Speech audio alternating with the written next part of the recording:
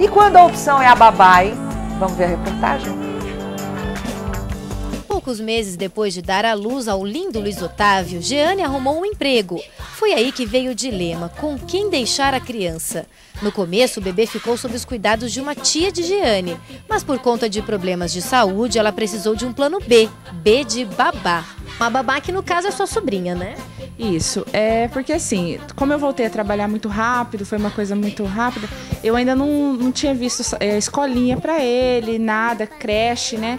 E aí, como ela já estava mais acostumada e ele também mais acostumado com ela, eu preferi deixá-lo com ela, até para ficar mais tranquila, né? Porque fica aquela ansiedade com quem vai ficar o bebê, aonde vai ficar. Mesmo sendo alguém da família, não tem jeito. O coração de mãe fica apertadinho na hora de deixar o filho com a babá. A gente fica muito ansioso, né? O primeiro dia de serviço foi horrível, assim, toda hora eu ligava, eu não sabia, sabe, se eu ia embora, se eu ficava, como que eu ia fazer.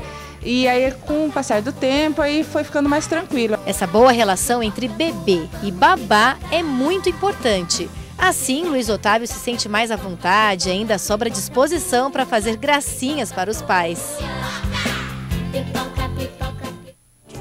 Bom, tá aí, né? A opção foi pela babá, alguém da família. Mas, Lara, quando a gente fala em babá, queira ou não, um grande pavor que surge na mente do pai e da mãe são aquelas imagens horríveis que, felizmente, são poucas vezes que acontecem, mas quando acontecem fazem um estrago danado de babás maltratando crianças, torturando, enfim.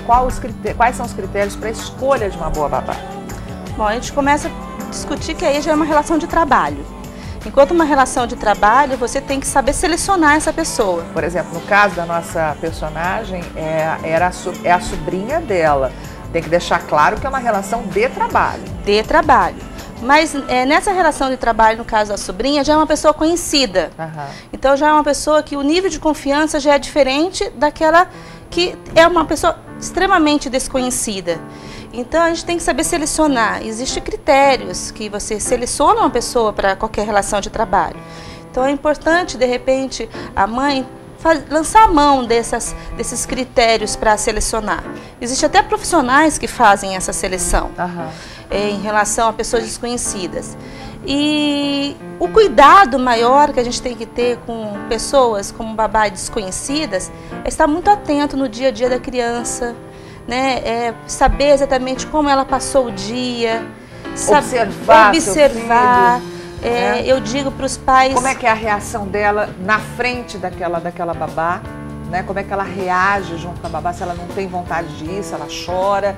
São sintomas, são sinais que a gente tem que ficar alerta. E eu digo que o olhar nessa situação não é um olhar só com os olhos, entendeu? É um olhar também emotivo. Se a criança está triste, se a criança está mais acuada, se diante de uma situação ela mudou um comportamento.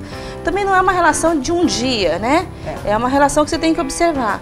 Mas é uma relação que você não pode também perder o tempo dessa observação. Até para falar, nossa, passou tanto tempo sofrendo muitas vezes um descuido. Eu não digo nem o fato de uma babá agredir fisicamente, mas muitas vezes um descuido, um não olhar, um não dar assistência para essa criança da forma necessária. A criança se alimenta em certos horários, ela precisa... Muito claro, né? Muito claro.